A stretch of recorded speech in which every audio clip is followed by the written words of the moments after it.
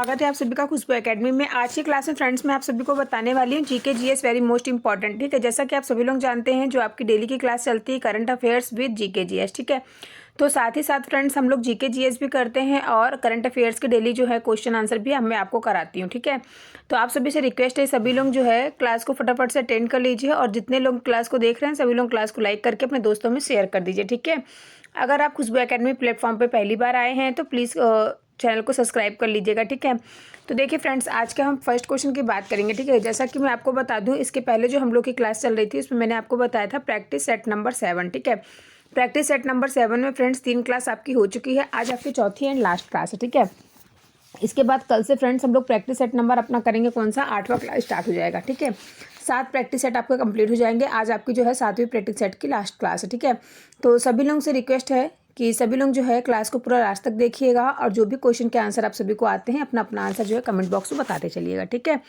तो चलिए सबसे पहले हम बात करेंगे क्वेश्चन नंबर फर्स्ट आपका क्या कह रहा है। क्वेश्चन नंबर फर्स्ट, ठीक है, तो देखिए फ्रेंड्स क्वेश्चन नंबर फर्स्ट है,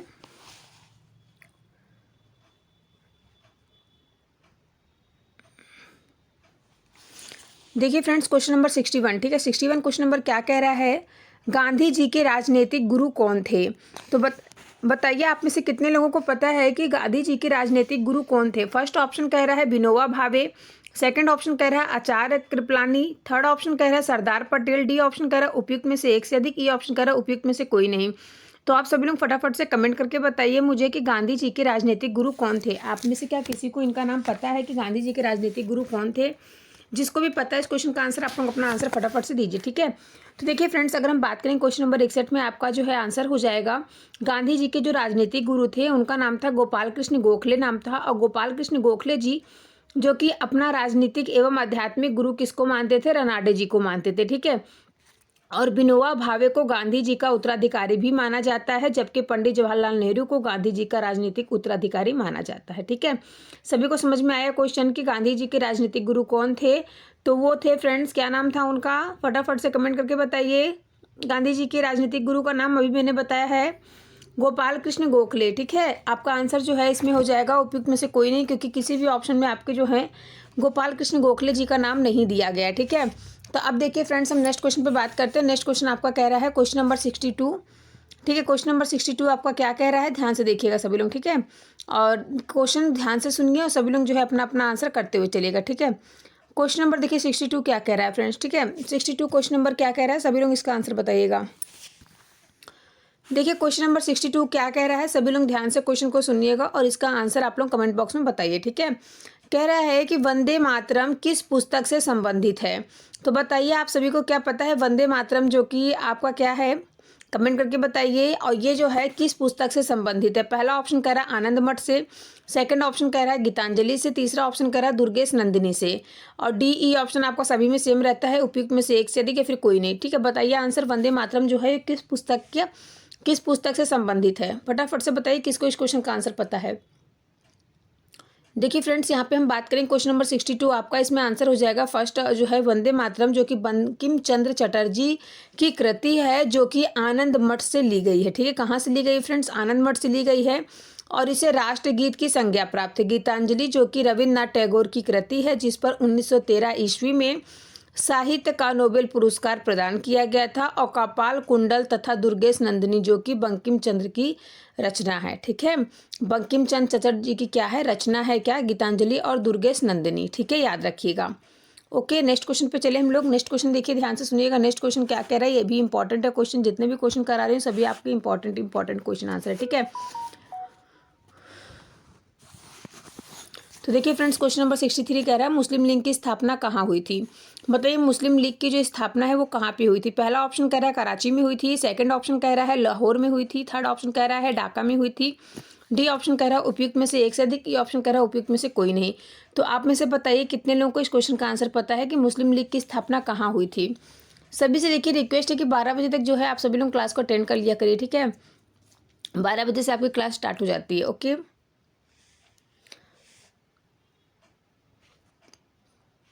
बताइए 63 क्वेश्चन नंबर में आपका आंसर क्या करेक्ट होगा, मुस्लिम लीग की स्थापना कहाँ हुई थी। फटाफट से आप सभी लोग अपना अपना आंसर दीजिए। मुस्लिम लीग की स्थापना कहाँ पर हुई थी?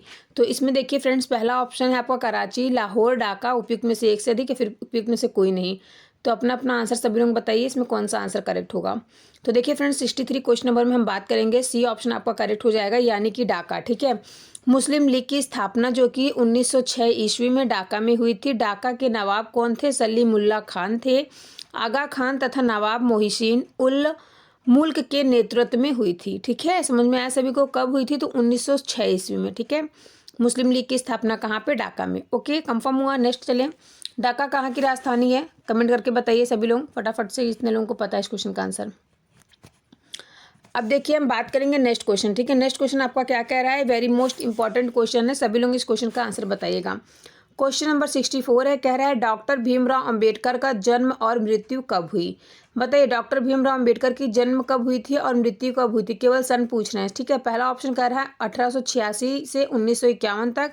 सेकंड ऑप्शन कह रहा है 1891 से 1956 तक। सी ऑप्शन कह रहा है 1877 से 1961 तक।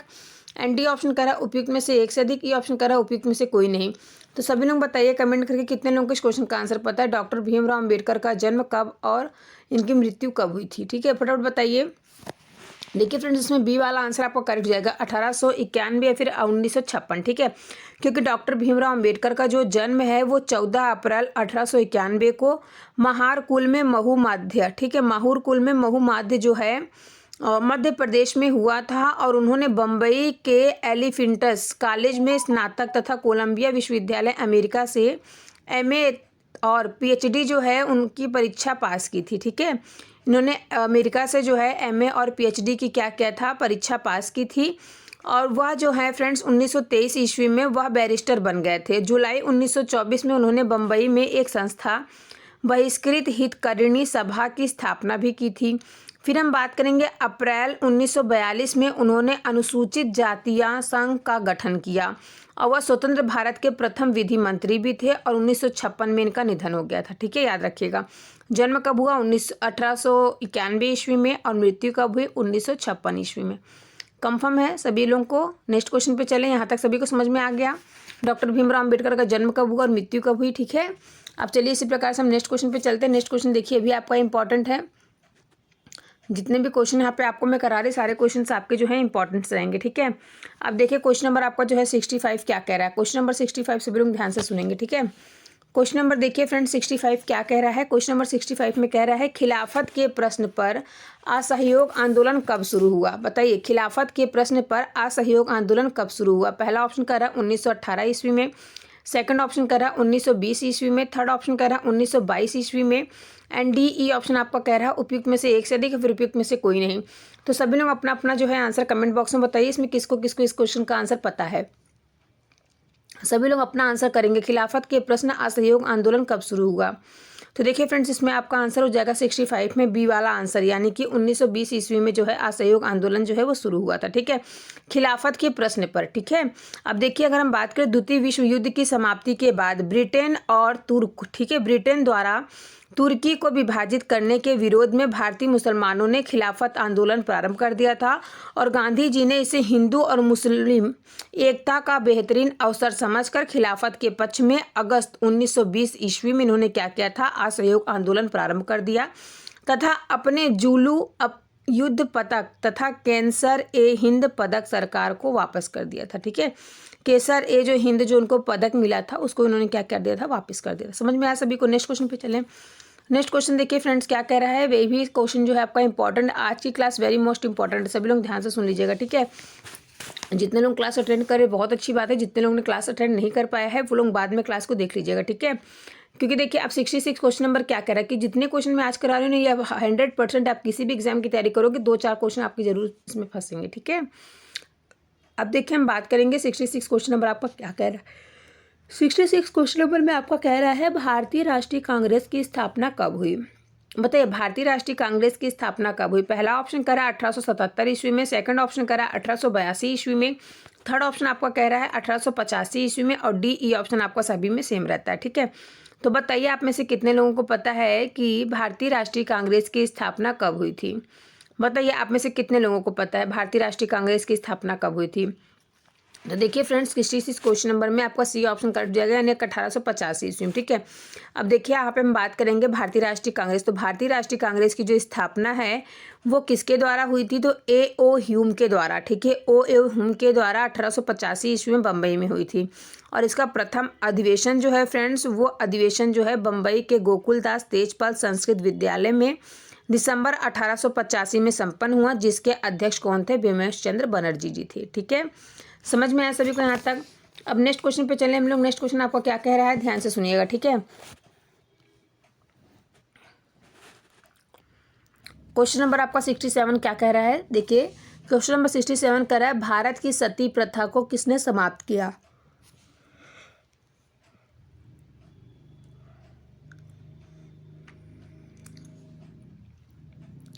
बताइए आप में से कितने लोगों को पता है कि भारत का जो सती प्रथा थी वो किसने समाप्त किया था? पहला ऑप्शन कह रहा है गांधी जी ने, दूसरा ऑप्शन कह रहा है लॉर्ड डलहौजी ने, तीसरा ऑप्शन आपका कह रहा है लॉर्ड बेंटिंग ने, और चौथा ऑप्शन और पांचवा ऑप्शन आपका सभी में सेम रहता है, उपयुक्त में से एक से देखिए, उपयुक्त में से कोई नहीं। तो सभी लोग अपना अपना आंसर बताइए कि भारत की जो सती प्रथा था उसको किसने समाप्त किया था? किसको पता है भारत का सती प्रथा किसने समाप्त किया? तो देखिए फ्रेंड्स, क्वेश्चन नंबर 67 में आपका आंसर हो जाएगा, इसमें आपका आंसर हो जाएगा सी वाला। ठीक है, कौन सा आंसर आपका करेक्ट होगा? सी वाला आंसर आपका करेक्ट होगा, यानी कि लॉर्ड बेंटिंग ने। ठीक है, क्योंकि देखिए फ्रेंड्स, मैं आपको बता दूं कि भारत में जो सती प्रथा था उसको समाप्त करने का श्रेय लॉर्ड विलियम बेंटिंग को जाता है, क्योंकि बेंटिंग ने 1829 में राजा राम मोहन राय के आग्रह पर एक कानून बनाया जिसमें सती प्रथा को अवैध घोषित कर दिया गया। ठीक है, सती प्रथा को क्या घोषित कर दिया गया फ्रेंड्स? अवैध घोषित कर दिया गया। ठीक है, और आप सभी कमेंट बॉक्स में बताइए कि सती प्रथा के बारे में आप सभी लोग क्या क्या जानते हैं। ठीक है, अब चलिए नेक्स्ट क्वेश्चन पे हम लोग चलते हैं। नेक्स्ट क्वेश्चन आपका क्या कह रहा है? नेक्स्ट क्वेश्चन देखिए फ्रेंड्स, 1857 के स्वाधीनता की बात हो रही। ठीक है, इस क्वेश्चन को सभी लोग ध्यान से सुनिएगा। क्वेश्चन नंबर 69 कह रहा है कि 1857 के स्वाधीनता संग्राम का प्रतीक था। बताइए 1857 के स्वाधीनता संग्राम का प्रतीक क्या था? पहला ऑप्शन कह रहा है कमल और रोटी, सेकंड ऑप्शन कह रहा है बाज, थर्ड ऑप्शन आपका कह रहा है रुमाल, डी ऑप्शन कह रहा है उपयुक्त में से एक से अधिक, ई कह रहा है उपयुक्त में से कोई नहीं।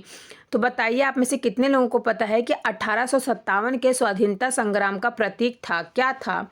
तो इसमें देखिए फ्रेंड्स, आपका आंसर हो जाएगा 69 क्वेश्चन नंबर में। ठीक है, 69 क्वेश्चन नंबर में आपका जो फ्रेंड्स आंसर हो जाएगा। सभी लोग बताइए कितने लोगों को इस क्वेश्चन का आंसर पता है। आप लोग बताइए, आपका ये क्वेश्चन जो है 68 छूट गया है। इस क्वेश्चन का आंसर मैं आप सभी को बताती हूँ। ठीक है, देखिए फ्रेंड्स, यहाँ पे हम बात करें, कुछ इतिहासकारों का मानना है कि 1857 के विद्रोह का जो प्रतीक है वो क्या था? कमल और रोटी था, और इस प्रकार यह सुनिश्चित विद्रोह भी कहा जाता है इसको। ठीक है, जबकि अधिकांश इतिहासकार इसे क्या कहते हैं? सहमत नहीं थे। ठीक है, जो है अधिक लोग जो है सहमत नहीं है, तो इसमें आप लोग मान लीजिए पहला ऑप्शन आपके कमल और रोटी हो जाएगा करेक्ट। ठीक है, अब चलिए इसी प्रकार से हम नेक्स्ट क्वेश्चन की बात करते हैं। नेक्स्ट क्वेश्चन आपका क्या कह रहा है?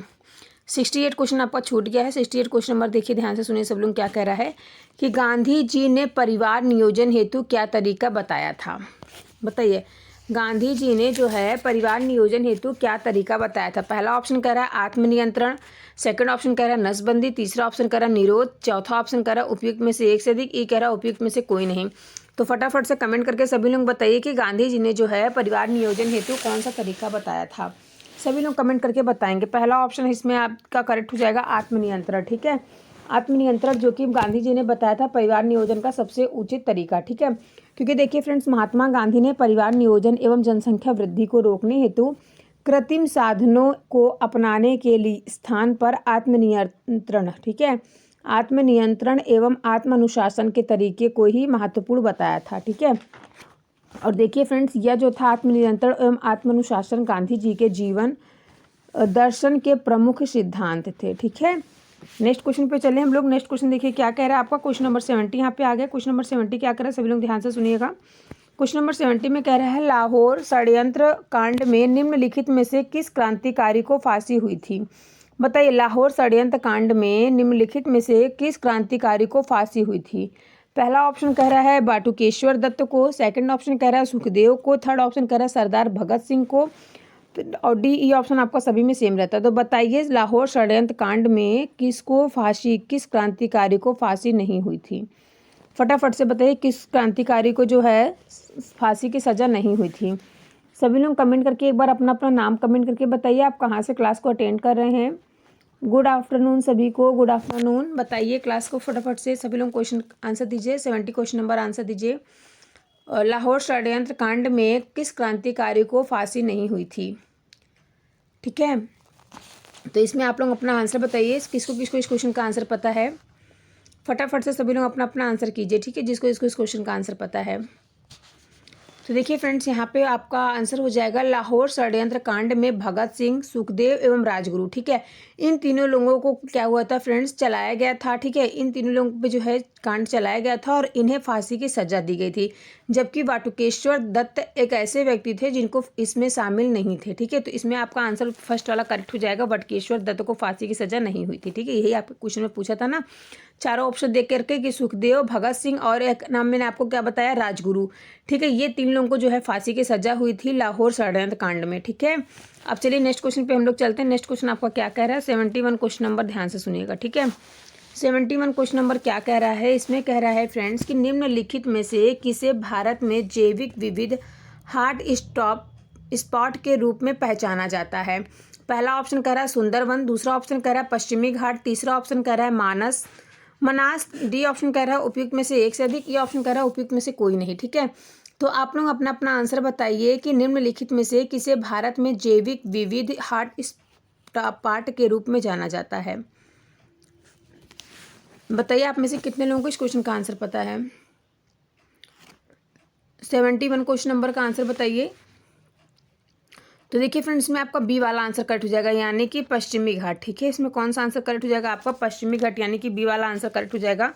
क्योंकि देखिए ध्यान से सुनिएगा, पश्चिमी घाट को भारत में जैविक विविध हॉट स्पॉट के रूप में पहचाना जाता है। ठीक है, और नेक्स्ट क्वेश्चन पे हम लोग चलते हैं। नेक्स्ट क्वेश्चन देखिए, मैं आप सभी को बताती हूँ नेक्स्ट क्वेश्चन आपका क्या कह रहा है। सभी लोग इस क्वेश्चन का आंसर दीजिए। ठीक है, क्वेश्चन को ध्यान से सुनिएगा। 72 क्वेश्चन नंबर में कह रहा है निम्नलिखित में से कौन एक पारिस्थितिकी तंत्र की जैव विविधता की बढ़ोतरी के लिए उत्तरदायी नहीं है? ठीक है, यहाँ पे फ्रेंड्स परिस्थितियाँ और जैव विविधता की बढ़ोतरी की बात हो रही। ठीक है,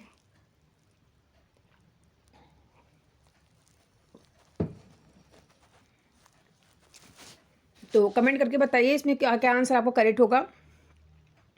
क्वेश्चन सभी ने ध्यान से सुना ना कि निम्नलिखित में से कौन एक पारिस्थितिकी तंत्र की जैव विविधता की बढ़ोतरी के लिए उत्तरदायी नहीं है? क्वेश्चन में क्या पूछा गया? निगेटिव पूछा गया। ठीक है, ऑप्शन सुनिए। ऑप्शन फर्स्ट कह रहा है पारिस्थितिक तंत्र की उत्पादकता, सेकंड ऑप्शन कह रहा है मध्य व्यवधान, थर्ड ऑप्शन कह रहा है पारिस्थितिकी तंत्र की आयु, डी ऑप्शन कह रहा है उपयुक्त में से एक से अधिक, ई ऑप्शन कह रहा है उपयुक्त में से कोई नहीं। तो सभी लोग इस क्वेश्चन का आंसर बताइए, कितने लोगों को इस क्वेश्चन का आंसर पता है? सभी लोग इस क्वेश्चन का आंसर बताइएगा। ठीक है, कितने लोगों को इस क्वेश्चन का आंसर पता है? 72 क्वेश्चन नंबर में आंसर क्या हो जाएगा आपका? सभी लोग बताइएगा अपना अपना आंसर जी। ठीक है, तो देखिए फ्रेंड्स, 72 क्वेश्चन नंबर में हम बात करेंगे पारिस्थितिकी तंत्र की आयु। ठीक है, इसमें आपका ई वाला ऑप्शन करेक्ट होगा, यानी कि उपयुक्त में से कोई नहीं। ये ई वाला आंसर आपका करेक्ट हो जाएगा। और इसमें देखिए पारिस्थितिकी तंत्र की जो आयु है, मध्य व्यवधान और पारिस्थितिकी तंत्र की उत्पादकता इत्यादि कारक जो हैं वो पारिस्थितिकी तंत्र की जैविक विविधता की बढ़ोतरी के लिए उत्तरदायी हैं। ठीक है, किसके लिए उत्तरदायी हैं? जैविक विविधता के लिए क्या होती हैं? ये उत्तरदायी होती हैं। और संयुक्त राष्ट्र संघ द्वारा 22 मई को जैव विविधता दिवस मनाया जाता है।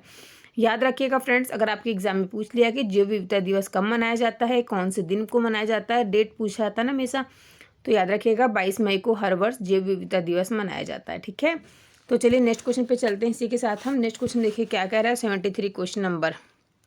ठीक है, आज की क्लास में फ्रेंड्स हम लोग 90 क्वेश्चन तक पूरा करेंगे कमेंट। ठीक है, 90 प्रश्न पूरा करेंगे। क्लास थोड़ी सी लंबी होगी तो बिल्कुल भी आप लोग घबराइएगा नहीं। ठीक है, तो देखिए 73 क्वेश्चन नंबर आपका क्या कह रहा है। 73 में कह रहा है निम्न में से कौन प्रवाल निरंजन में सर्वाधिक महत्वपूर्ण कारक है?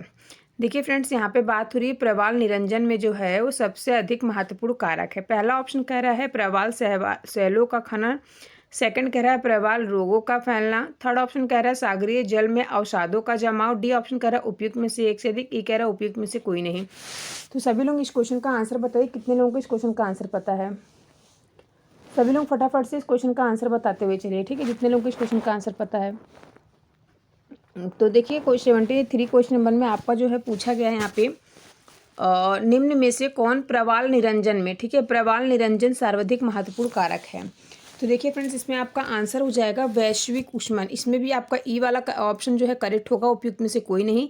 इसमें आपका आंसर हो जाएगा वैश्विक ऊष्मन के फलस्वरूप सागरीय जल के जो तापमान होते हैं उसमें वृद्धि होने से प्रवालों के मुख्य भोजन वाले हरे रंग के शैवालों का रंग जो है वो प्रकाश संश्लेषण में बाधा उत्पन्न होने के कारण सफ़ेद हो जाता है, जिसे प्रवाल ग्रहण नहीं करते हैं। ठीक है, और क्या करते हैं फ्रेंड्स, मरने लगते हैं। इसे ही प्रवाल विरंजन निरंजन की संज्ञा दी गई है। ठीक है, अब नेक्स्ट यहाँ पे कहेगा वैश्विक ऊष्मन के कारण प्रवाल निरंजन से सर्वाधिक दुष्प्रभावित तो हिंद महासागर है, जबकि अगर हम बात करें वर्तमान समय में तो विश्व के 58% प्रवाल जो है वो संकटापन्न में स्थित है। ठीक है, अब सबको समझ में आया। नेक्स्ट क्वेश्चन पे हम लोग चलें। नेक्स्ट क्वेश्चन देखिए 74 क्वेश्चन नंबर क्या कह रहा है, ध्यान से सुनिएगा। ठीक है, 74 क्वेश्चन नंबर में कह रहा है कि निम्न में से कौन पारिस्थितिक तंत्र के विषय में सही नहीं है। अब देखिए फ्रेंड्स, आप सभी ने इको सिस्टम के बारे में पढ़ा होगा। जिसने नहीं पढ़ा होगा तो समझ लीजिए, मैं आप लोगों को देखो जो ईवीएस की आप लोगों को मैंने थियरी पढ़ाई है ना, उसमें आप लोग एक बार ध्यान से देखिएगा तो उसमें आपको एक एक पॉइंट मैंने बारीकी से काफ़ी अच्छे से समझाया और बताया है। ठीक है, तो आप सभी लोग जो है पारिस्थितिक तंत्र जो काफ़ी अच्छे से मैंने समझाया है, आप लोग एक बार वो क्लास को देख लीजिएगा। ठीक है, उसमें मैंने जो है थंबनेल भी परिस्थितिक तंत्र की लगा रखी है, आप लोग एक बार देख लीजिएगा उसको, तो आई होप आप सभी को समझ में आ जाएगा। ठीक है, और देखिए यहाँ पे दे रहा है, क्वेश्चन पूछा है कि निम्न में से कौन पारिस्थितिक तंत्र के विषय में सही नहीं है। पहला ऑप्शन कह रहा है यह अजैविक एवं जैविक दोनों संगठनों से युक्त होता है। इसी प्रकार से आपका जो सेकंड ऑप्शन कह रहा है वो कह रहा है कि इनकी जो है अपनी स्वयं की उत्पादकता होती है। थर्ड ऑप्शन कह रहा है यह एक बंद तंत्र होता है। और डी ई ऑप्शन आपको सभी में सेम देखने को मिलते हैं। ठीक है, तो बताइए इसमें आपको कौन सा आंसर जो है वो करेक्ट हो जाएगा। ठीक है, तो सभी लोग जो है अपना अपना आंसर कमेंट बॉक्स में बताते हुए चलिए कितने लोगों को इस क्वेश्चन का आंसर पता है।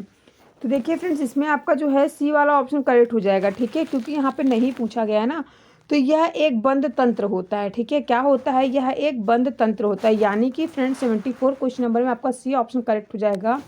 सर्वप्रथम अगर हम बात करें, अर्नेस्ट हकल नामक प्राणी विज्ञान ने 1869 में इकोलॉजी शब्द का प्रयोग किया था, जो कि पारिस्थितिकी तंत्र में जैविक अजैविक संगठन, पोषण स्तर, ऊर्जा प्रवाह और भू रसायन चक्र, प्रकाश संश्लेषण, आहार श्रृंखला, आहार जाल, ठीक है, जैसे फूड चेन मैंने आपको पढ़ाया था, उत्पादक स्थिरता, पादप जगत, जीव जगत, बायोम, पर्यावरण अवनमय, असंतुलन क्या होता है, प्राकृतिक आपदाएं, प्रदूषण एवं पर्यावरण, तो इन सभी चीज़ों का जो अध्ययन किया जाता है उसे ही हम क्या कहते हैं, पारिस्थितिकी तंत्र कहते हैं। ठीक है, समझ में आया तक सभी को। नेक्स्ट क्वेश्चन पे चले हम लोग।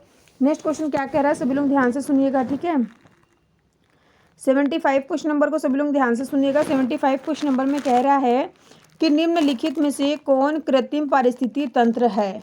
बताइए इसमें कौन सा जो है आपका पारिस्थितिकी तंत्र है।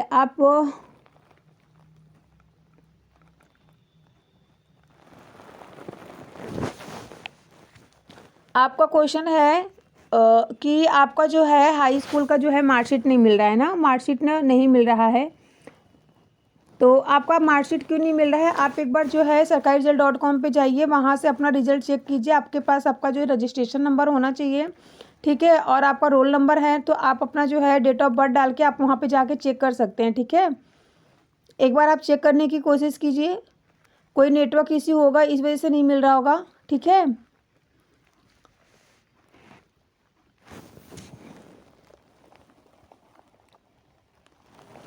खो गया है तो आपके पास उसका कोई फ़ोटो कॉपी वगैरह कुछ नहीं है, फ़ोटो कॉपी, या फिर कोई आप कहीं पे आप जमा किए होंगे, अपना फॉर्म वगैरह फिल किए होंगे, तो वहाँ से अपना ढूंढ लीजिए।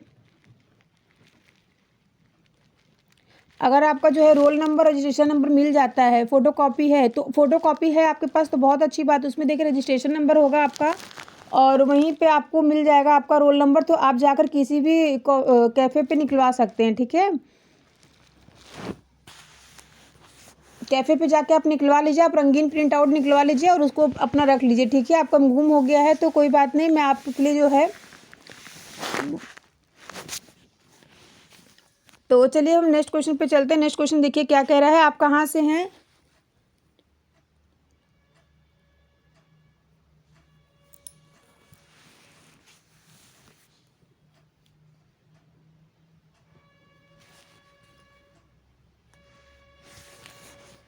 देखिए 75 क्वेश्चन नंबर में हम बात करते हैं। 75 क्वेश्चन नंबर क्या कह रहा है? 75 क्वेश्चन नंबर में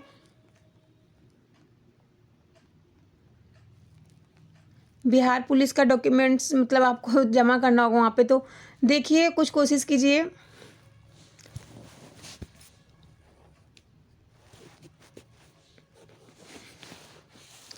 और 75 क्वेश्चन नंबर ध्यान से सुनिएगा, ठीक है सभी लोग। 75 क्वेश्चन नंबर क्या कह रहा है, ठीक है। 75 क्वेश्चन नंबर में कह रहा है कि निम्नलिखित में से कौन कृत्रिम पारिस्थितिकी तंत्र है?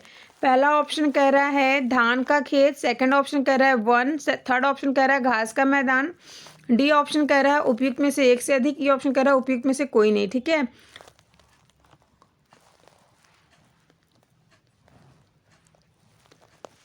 आपका बिहार बोर्ड से है या फिर यूपी बोर्ड से है? एक बार आप वहाँ पे जाके बात कीजिए, शायद से मिल सकते हैं। तो देखिए यहाँ पे हम बात करेंगे कि इसमें जो है कृत्रिम परिस्थिति तंत्र के बारे में बात कर रहा है, ठीक है। अब देखिए यहाँ पे हम बात करेंगे निम्नलिखित में से कौन है जो कृत्रिम परिस्थिति तंत्र है, ठीक है। पहला ऑप्शन इसमें कहा है धान का खेत, सेकंड ऑप्शन कह रहा है वन, थर्ड ऑप्शन कह रहा है घास के मैदान, डी ऑप्शन कह रहा है उपयुक्त में से एक से अधिक, ई ऑप्शन कह रहा है उपयुक्त में से कोई नहीं। तो सभी लोग जो है इसका कमेंट करके बताइए आंसर, इसका आंसर कौन सा करेक्ट होगा, ठीक है। सभी लोग अपना अपना आंसर कीजिए 75 क्वेश्चन नंबर में। 75 क्वेश्चन नंबर में अपना आंसर आप जो है कमेंट बॉक्स में बताइए किसको किसको पता है, ठीक है। तो देखिए 75 क्वेश्चन नंबर में यहाँ बात करेंगे प्रश्नगत विकल्पों में से धान का खेत जो है, जो कि वन, घास का मैदान और झील में से धान का खेत कृत्रिम परिस्थितिकीय तंत्र होता है, ठीक है। धान का खेत कैसा होता है? तो कृत्रिम परिस्थितिकीय तंत्र होता है, ओके। तो यहाँ पे आपका आंसर हो जाएगा धान का खेत, पहला ऑप्शन करेक्ट हो जाएगा, ठीक है। अब चलिए इसी प्रकार से हम नेक्स्ट क्वेश्चन पे बात करते हैं। नेक्स्ट क्वेश्चन है आपका 76 क्वेश्चन नंबर क्या कह रहा है? 76 क्वेश्चन नंबर में कह रहा है खाद्य श्रृंखला। खाद्य श्रृंखला फूड चेन में मानव है, ठीक है। खाद्य श्रृंखला जो कि है फूड चेन में क्या मानव है? पहला ऑप्शन कह रहा है एक निर्माता, सेकंड ऑप्शन कह रहा है केवल प्राथमिक उपभोक्ता, थर्ड ऑप्शन आपका कह रहा है केवल द्वितीयक उपभोक्ता, एंड डी ऑप्शन कह रहा है उपयुक्त में से एक से अधिक, ई ऑप्शन कह रहा है उपयुक्त में से कोई नहीं, ठीक है। तो इसमें आपका कौन सा आंसर करेक्ट हो जाएगा? फटाफट से आप सभी लोग जो है आंसर बताइए कमेंट बॉक्स में। कितने लोगों को इस क्वेश्चन का आंसर पता है? सभी लोग अपना अपना आंसर जो है कमेंट बॉक्स में बताते हुए चलिए, ठीक है।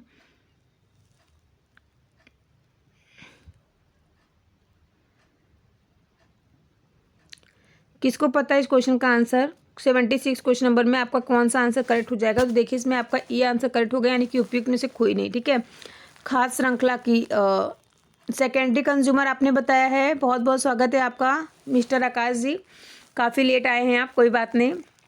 तो देखिए 76 क्वेश्चन नंबर में आपका जो है खाद्य श्रृंखला यानी कि फूड चेन में मानव जो है तो आपने बताया सेकंड कंज्यूमर में, ठीक है। सेकंड कंज्यूमर यानी कि आपका जो है द्वितीय उपभोक्ता। तो इसमें आपका जो आंसर हो जाएगा ई वाला, यानी कि उपयुक्त में से कोई नहीं। क्योंकि देखिए 76 क्वेश्चन नंबर में अगर हम बात करें जो खाद्य श्रृंखला आपकी होती ना, खाद्य श्रृंखला में मानव प्राथमिक एवं द्वितीयक उपभोक्ता दोनों होता है, क्योंकि वह सर्वाहारी होता है, ठीक है। मनुष्य कैसा होता है? वो सर्वाहारी होता है, वो प्राथमिक और यानी कि प्राइमरी सेकेंडरी दोनों हो सकता है, ठीक है। तो अब हम चलेंगे नेक्स्ट क्वेश्चन पे। ओमनीवोरस करेक्ट है आपका, ठीक है। अब देखिए 77 क्वेश्चन नंबर की हम बात करेंगे।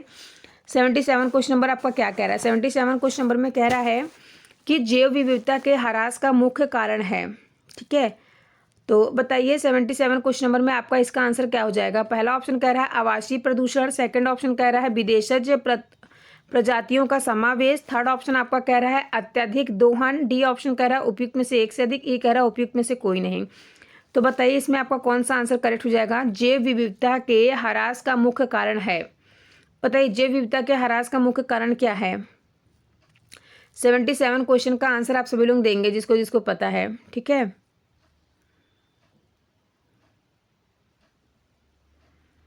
बताइए आप में से कितने लोगों को पता है?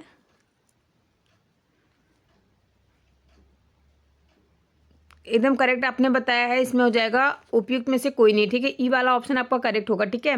तो देखिए फ्रेंड्स यहाँ हम बात करेंगे 77 क्वेश्चन नंबर में आपका जो जैव विविधता है इसके ह्रास का जो प्रमुख कारण है वो होता है फ्रेंड्स प्राकृतिक आवासों का ह्रास होना, ठीक है। यानी कि प्राकृतिक संसाधनों का अत्यधिक दोहन, घटते वन क्षेत्रों की सघनता कम होना और औद्योगिक तथा अवैज्ञानिक तरीके से खनन के साथ अवैध शिकार और तस्करी आदि का प्रमुख कारण है। ठीक है, अब चलिए इसी प्रकार से हम नेक्स्ट क्वेश्चन पे चलते हैं। 78 क्वेश्चन नंबर आपका क्या कह रहा है। ठीक है, 78 क्वेश्चन नंबर ध्यान से सुनेगा, इस क्वेश्चन का आंसर आप सभी लोग बताइएगा। ठीक है, देखिए 78 क्वेश्चन नंबर में कह रहा है, भारत में निम्नलिखित में से कौन सा अधिनियम वन्य जीवों को संरक्षण प्रदान करता है। बताइए, भारत में निम्नलिखित में से कौन सा ऐसा अधिनियम है जो कि वन्य जीव को संरक्षण प्रदान करता है। पहला ऑप्शन कह रहा है वन्य जीव संरक्षण अधिनियम 1972। सेकंड ऑप्शन कह रहा है वन्य संरक्षण अधिनियम 1982। तीसरा ऑप्शन आपका कह रहा है पर्यावरण संरक्षण अधिनियम 1996। डी ऑप्शन आपका कह रहा है उपयुक्त में से एक से अधिक। ई ऑप्शन कह रहा है उपयुक्त में से कोई नहीं। ठीक है, तो सभी लोग इस क्वेश्चन का आंसर बताइए आप सभी लोग कि इसमें कौन सा आंसर आपका करेक्ट हो जाएगा। ठीक है, सभी लोग फटाफट से अपना अपना आंसर बताइए कि भारत में निम्नलिखित में से कौन सा अधिनियम वन्य जीव संरक्षण को प्रदान करता है। तो अब मिस्टर आकाश आपने बताया है 1972, यानी कि पहला ऑप्शन आपका करेक्ट हो जाएगा। एकदम राइट आपने बताया है वन्य जीव संरक्षण अधिनियम 1972। ठीक है, एकदम करेक्ट आपने बताया है, बहुत बहुत धन्यवाद आपका। तो देखिए हम बात करेंगे वन्य जीव को संरक्षण प्रदान करता है 1972 में। इसके तहत राष्ट्रीय उद्यानों एवं अभ्यारण्यों की स्थापना एवं अधिसूचना का प्रावधान भी किया गया है। ठीक है, तो चलिए अब इसी प्रकार से हम नेक्स्ट क्वेश्चन पे चलते हैं। नेक्स्ट क्वेश्चन आपका क्या कह रहा है। नेक्स्ट क्वेश्चन आपका है 79 क्वेश्चन नंबर, ध्यान से सुनिएगा क्या कह रहा है। ठीक है, 79 क्वेश्चन नंबर में कह रहा है फ्रेंड्स की सर्वाधिक जैव विविधता पाई जाती है। बताइए सबसे अधिक जैव विविधता कहाँ पर पाई जाती है। पहला ऑप्शन कह रहा है टुंड्रा में। सेकंड ऑप्शन कह रहा है शंकुधारी वनों में। तीसरा ऑप्शन आपका कह रहा है उष्णकटिबंधीय वर्षा वनों में। डी ऑप्शन कह रहा है उपयुक्त में से एक से अधिक। ई ऑप्शन कह रहा है उपयुक्त में से कोई नहीं। ठीक है, तो सभी लोग फटाफट से अपना अपना जो है आंसर कमेंट बॉक्स में बताइए, इसमें कौन सा आंसर आपका करेक्ट हो जाएगा। सभी लोग अपना अपना आंसर बताइए कमेंट बॉक्स में, कितने लोगों को पता है इस क्वेश्चन का आंसर। सर्वाधिक जैव विविधता पाई जाती है, कहाँ पर पाई जाती है सबसे अधिक जैव विविधता। टुंड्रा में, शंकुधारी वनों में। ऑप्शन थर्ड आपने बताया है उष्णकटिबंधीय वर्षा वनों में। ठीक है, आपने सी ऑप्शन एकदम करेक्ट बताया है मिस्टर आकाश जी। सी ऑप्शन आपका करेक्ट हो जाएगा, क्योंकि सर्वाधिक जैव विविधता अगर हम बात करें तो उष्णकटिबंधीय वर्षा वनों में पाई जाती है। और उष्णकटिबंधीय वर्षा वन जो होता है वो मुख्यतः भूमध्य, हाँ ट्रॉपिकल रेन फॉरेस्ट करेक्ट है आपका। ठीक है, तो मुख्यतः भूमध्य रेखा के आसपास विस्तृत है और भारत के केरल राज्य में स्थित शांति घाटी, ठीक है, साइलेंट वेल आपने सुना होगा, साइलेंट वैली में सर्वाधिक जैव विविधता पाई जाती है। यह केरल में पलक्कड़ जिले 12 किलोमीटर लंबी एवं 7 किलोमीटर चौड़ी में विस्तृत है और यह पश्चिम घाट जो है पर्वत श्रृंखला का हिस्सा है। ठीक है, ओके, नेक्स्ट क्वेश्चन पे चलिए हम लोग। तो देखिए नेक्स्ट क्वेश्चन क्या कह रहा है, क्वेश्चन नंबर 80। ठीक है, ध्यान से सुनिए क्वेश्चन नंबर 80 क्या कह रहा है। क्वेश्चन नंबर 80 कह रहा है भारत की जलवायु परिवर्तन पर प्रथम राष्ट्रीय क्रिया योजना प्रकाशित हुई। बताइए भारत की जलवायु पर जो है परिवर्तन पर प्रथम राष्ट्रीय क्रिया योजना प्रकाशित हुआ, वो किस वर्ष प्रकाशित हुआ। पहला ऑप्शन कह रहा है वर्ष 2008 ईस्वी में।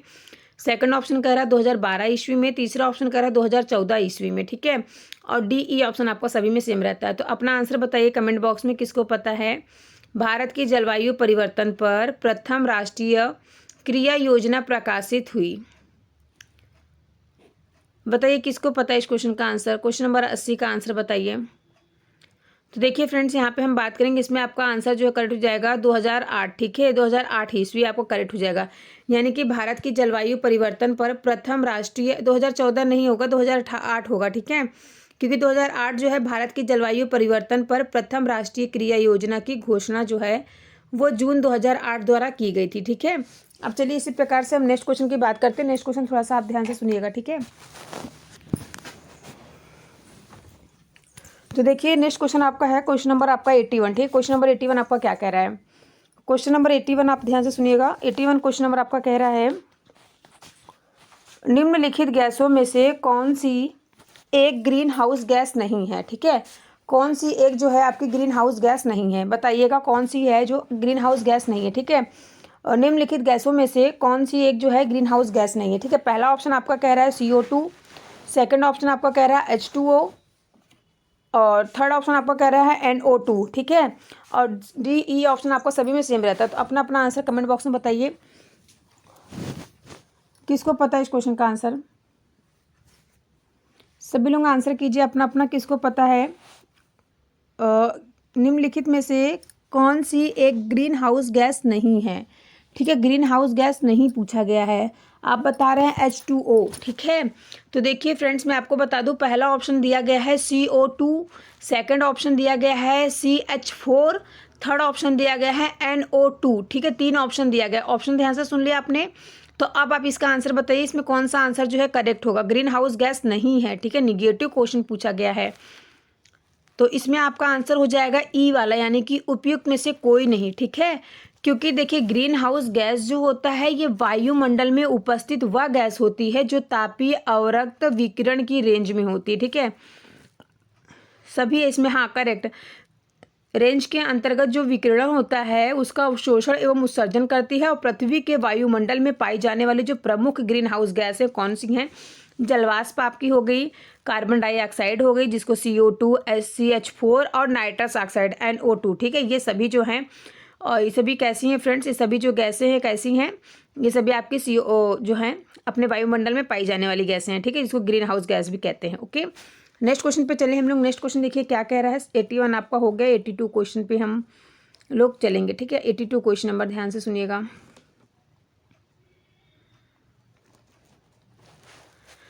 और 82 क्वेश्चन नंबर ध्यान से सुनिए क्या कह रहा है। ठीक है, 82 क्वेश्चन नंबर में कह रहा है उर्वरक के अत्यधिक प्रयोग से होता है। बताइए उर्वरक के अत्यधिक प्रयोग से क्या होता है? पहला ऑप्शन कह रहा है मृदा प्रदूषण, सेकंड ऑप्शन कह रहा है जल प्रदूषण, थर्ड ऑप्शन कह रहा है वायु प्रदूषण, और DE ऑप्शन आपका सभी में सेम रहता है, उपयुक्त में से एक से अधिक, फिर उपयुक्त में से कोई नहीं। ठीक है, सभी लोग अपना अपना आंसर बताइए, किसको किसको इस क्वेश्चन का आंसर पता है।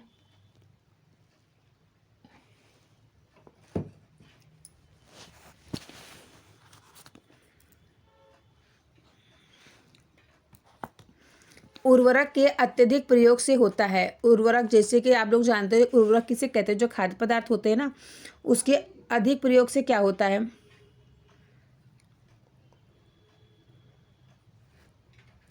तो देखिए 82 जो क्वेश्चन नंबर, हाँ हाँ भैया, अच्छा आ रही हूँ, 1 सेकंड में आती हूँ। ठीक है,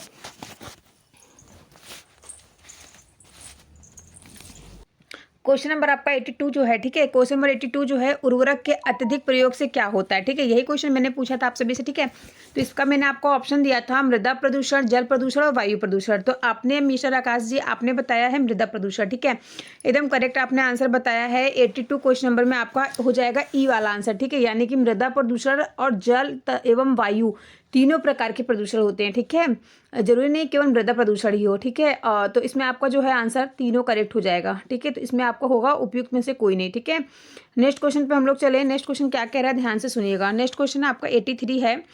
83 क्वेश्चन नंबर में क्या कह रहा है?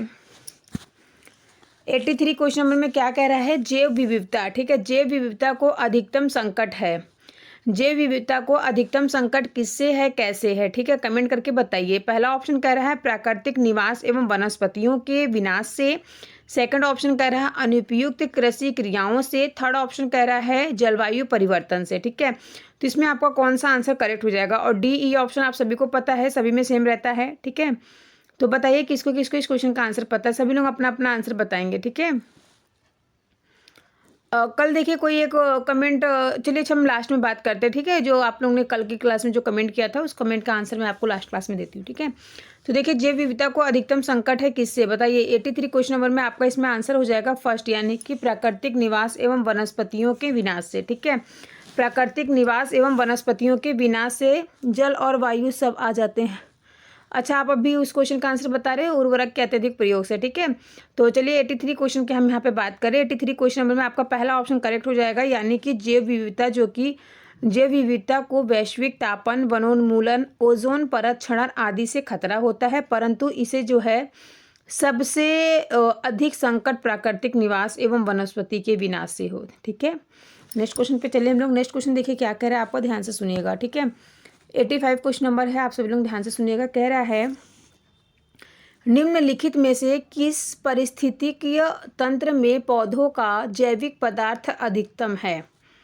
बताइए जैविक पदार्थ जो है अधिकतम है, निम्नलिखित में से किस पारिस्थितिकीय तंत्र में जो पौधा है पौधे का जैविक पदार्थ अधिकतम है? पहला ऑप्शन कह रहा है उष्णकटिबंधीय में, सेकंड ऑप्शन कह रहा है उष्णकटिबंधीय वर्षा वन में, थर्ड ऑप्शन कह रहा है शीतोष्ण पतझड़ में, डी ऑप्शन कह रहा है उपयुक्त में से एक से अधिक, ई कह रहा है उपयुक्त में से कोई नहीं। 85 क्वेश्चन नंबर में कौन सा आंसर आपका करेक्ट हो जाएगा? ऑल ऑफ द दिस आप बता रहे हैं, इसमें हो जाएगा आपका आंसर जो है 85 क्वेश्चन नंबर। आपने ध्यान से सुना है, आवाज़ क्लियर जा रही है ना आपको? 85 क्वेश्चन नंबर का आंसर बताइए, निम्नलिखित में से किस पारिस्थितिकीय तंत्र में पौधे का जैविक पदार्थ जो है वो अधिकतम है? इसमें आपका आंसर जो है करेक्ट हो जाएगा 85 में बी वाला, यानी कि उष्णकटिबंधीय वर्षा वन। ठीक है, क्योंकि देखिए 85 जो है 85 जो क्वेश्चन है आपका, इसमें आपका आंसर हो जाएगा उष्णकटिबंधीय वर्षा वनों के परिस्थिति तंत्र में पौधे का जो जैविक पदार्थ है वो अधिकतम होता है। ठीक है, पौधे का जैविक जो है अधिकतम जो क्या होता है फ्रेंड्स, जैविक पदार्थ जो है वो अधिकतम होता है। ठीक है, अब देखिए इसी प्रकार से नेक्स्ट क्वेश्चन पे हम लोग चलते हैं। नेक्स्ट क्वेश्चन देखिए क्या कह रहा है।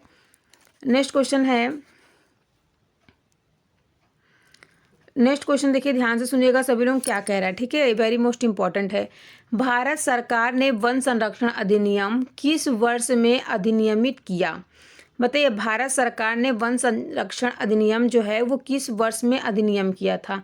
पहला ऑप्शन कह रहा है 1976 में, सेकंड ऑप्शन कह रहा है 1980 में, थर्ड ऑप्शन कह रहा है 1983 ईस्वी में।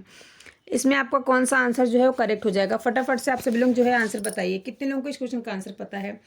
सभी लोग अपना अपना आंसर करेंगे। ठीक है, भारत सरकार ने जो है वन संरक्षण अधिनियम किस वर्ष में अधिनियमित किया था? किसको किसको पता है इस क्वेश्चन का आंसर? सेकंड ऑप्शन आप बता रहे हैं 1980। 88 क्वेश्चन में आप सेकंड ऑप्शन बताए हैं 1980, एकदम करेक्ट आपने बताया है, राइट आंसर। ठीक है, बी वाला आंसर आपने एकदम राइट बताया है 1980। ठीक है, तो देखिए फ्रेंड्स मैं आपको बता दूं 88 क्वेश्चन नंबर में आपका जो है भारत सरकार द्वारा वन संरक्षण अधिनियम वर्ष 1980 में बनाया गया था, और इसका संशोधन जो है वो वर्ष 1980 संशोधन जो है 1988 में किया गया था। ठीक है, तो आज की क्लास आप सभी को कैसी लगी कमेंट बॉक्स में बताइए। जितने भी क्वेश्चन आंसर मैंने कराए आपने बहुत साथ दिया। क्या नाम है आपका? मिस्टर आकाश जी, बहुत बहुत धन्यवाद आपका, आप सभी क्वेश्चन के आंसर बता रहे हैं। ठीक है, मैं सभी से कहती हूँ, जितने लोग भी क्लास अटेंड करती हूँ मैं सभी से कहती हूँ कि सभी लोग जो है अपना अपना आंसर दिया करिए, गलत सही जो भी आपको आ रहा है आप जरूर आंसर दिया करिए। ठीक है, तो देखिए 90 क्वेश्चन नंबर हम बात करेंगे, लास्ट क्वेश्चन आपका है। ठीक है, लास्ट क्वेश्चन ध्यान से सुन लीजिए, इसके बाद हम लोग जो है कमेंट बॉक्स जो आप लोगों ने कमेंट किया था उस क्वेश्चन के आंसर बात करेंगे। ठीक है, तो इसमें कह रहा है निम्नलिखित में से कौन सा भारत में स्थापित प्रथम राष्ट्रीय उद्यान है?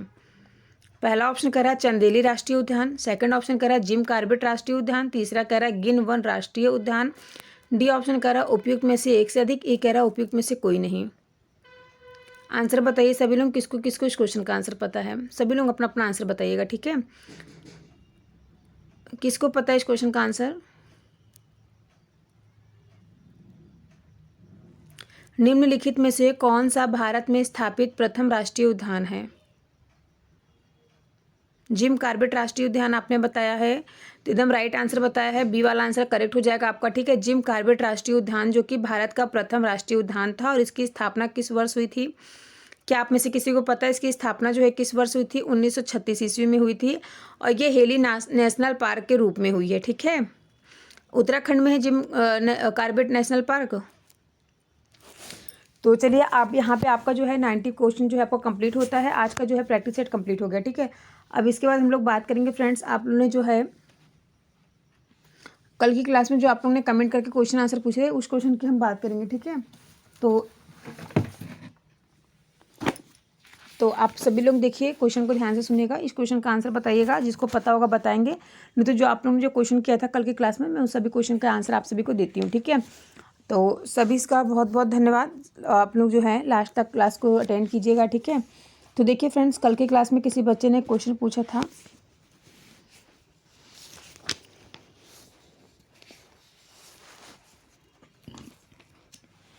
आर्य समाज की स्थापना किसने की थी? ठीक है, हाँ पुराना नाम हेली नेशनल था। ठीक है, तो ये बताइए कल की क्लास में किसी बच्चे ने क्वेश्चन किया था कि आर्य समाज की स्थापना किसने की थी? तो आप में से किसी को पता है क्या आर्य समाज की स्थापना किसने की थी? जिसको पता है कमेंट करके बताइए, आर्य समाज की स्थापना किसने की थी?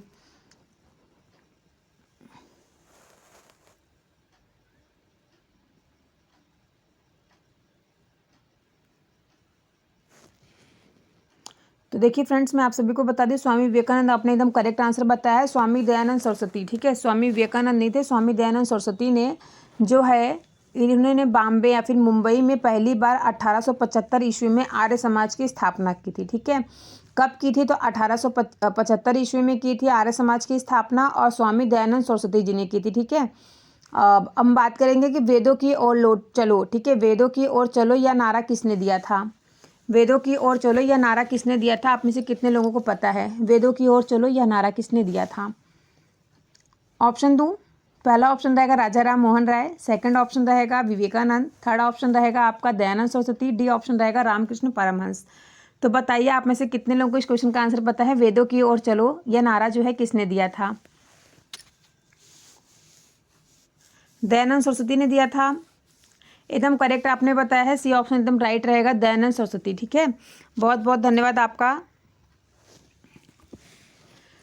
इसी प्रकार से हम बात करेंगे, देखिए जो आपका भारत में वंदे मातरम पत्रिका की स्थापना किन्होंने की थी?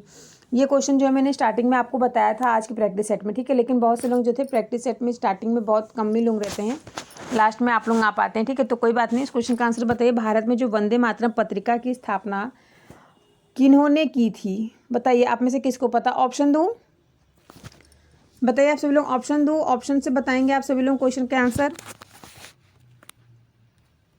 तो देखिए इस क्वेश्चन का आंसर आप सभी लोग बता दीजिए, इसके बाद हम लोग जो है, पहला ऑप्शन रहेगा गणेश शंकर विद्यार्थी, सेकंड ऑप्शन बंकिम चंद्र चटर्जी आपने बताया है। तो देखिए हम बात करेंगे वंदे मातरम, यहाँ पे जो है वंदे मातरम गीत की बात नहीं हो रही। ठीक है, ठीक है मिस्टर आकाश जी, जो है मैं आपको बता दूं कि देखिए यहाँ पे जो वंदे मातरम समाचार पत्र जो प्रकाशित हुआ था, जिसकी जो प्रकाशित किए थे अरविंद घोष ने किया था। ठीक है, और इन्होंने जो है प्रारंभ किया था, और यह पत्र जो है अंग्रेजी भाषा में था। लेकिन अगर हम बात करें भारत में वंदे मातरम पत्रिका जो है, ये राष्ट्रीय आंदोलन में बड़ी भूमिका निभाई गई थी। और देखिए जो आप बता रहे हैं बंकिम चंद्र चटर्जी जिन्होंने इन्होंने वंदे मातरम गीत लिखी थी। ठीक है, और इन्होंने जो है भारत का जो है गीत भी लिखा था वंदे मातरम, और इसके अलावा जो है बांग्लादेश का, वहाँ का भी राष्ट्रीय गीत क्या था? अमार सोनार बांग्ला, वो भी बंकिम चंद्र चटर्जी जी ने लिखी थी। ठीक है, और कहाँ से लिया था जो है वंदे मातरम जो गीत था, वो इन्होंने जो है आनंद मठ से ली थी। ठीक है, और कुछ अगर आप लोगों को पूछना है तो आप कमेंट करके पूछ सकते हैं, जिस क्वेश्चन का आंसर मैं आज की क्लास में आपको दूंगी, नहीं तो फिर कल की क्लास में भी दे दूंगी। ठीक है, और देखिए आप लोग जो है शॉर्ट्स वीडियो में जो डालती हूँ उसमें देखिए कुछ क्वेश्चन आंसर भी करती हूँ। ठीक है, उसके अलावा फ्रेंड्स देखिए जो कुछ मोटिवेशन थॉट्स रहते हैं। ठीक है, तो आप लोग उस मोटिवेशन थॉट्स को देखा करिए। और उसके अलावा जैसे कि मैं आपको बता दूँ, आपका जो हिंदी ग्रामर है, हिंदी पेडागोजी है, अगर आप जैसे सीटेट वगैरह की तैयारी कर रहे हो तो उसका जो है कंप्लीट सिलेबस मैंने करा दिया है। ठीक है, तो आप लोग उसको देख सकते हैं। ठीक है, हाँ, अमार सोनार बांग्ला जो है वो बांग्लादेश का है राष्ट्रीय गीत। ठीक है,